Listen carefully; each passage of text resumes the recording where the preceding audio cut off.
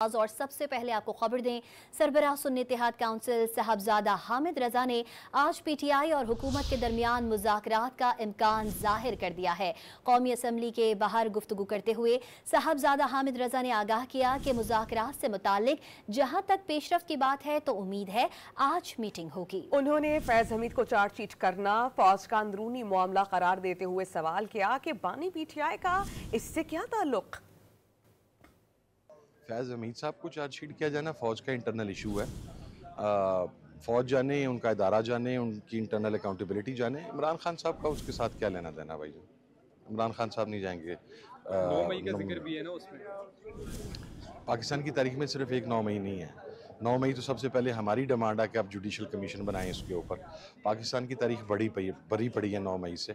अगर आपने स्टार्ट करना है तो फिर असगर खान केस से स्टार्ट करें। हालांकि मुज़ाकरात के हवाला से डेवलपमेंट देखिए आज होपफुली इंशाल्लाह मीटिंग होगी। अभी तो अपनी ज़मानतें और इन मामलों में फंसे हुए हैं।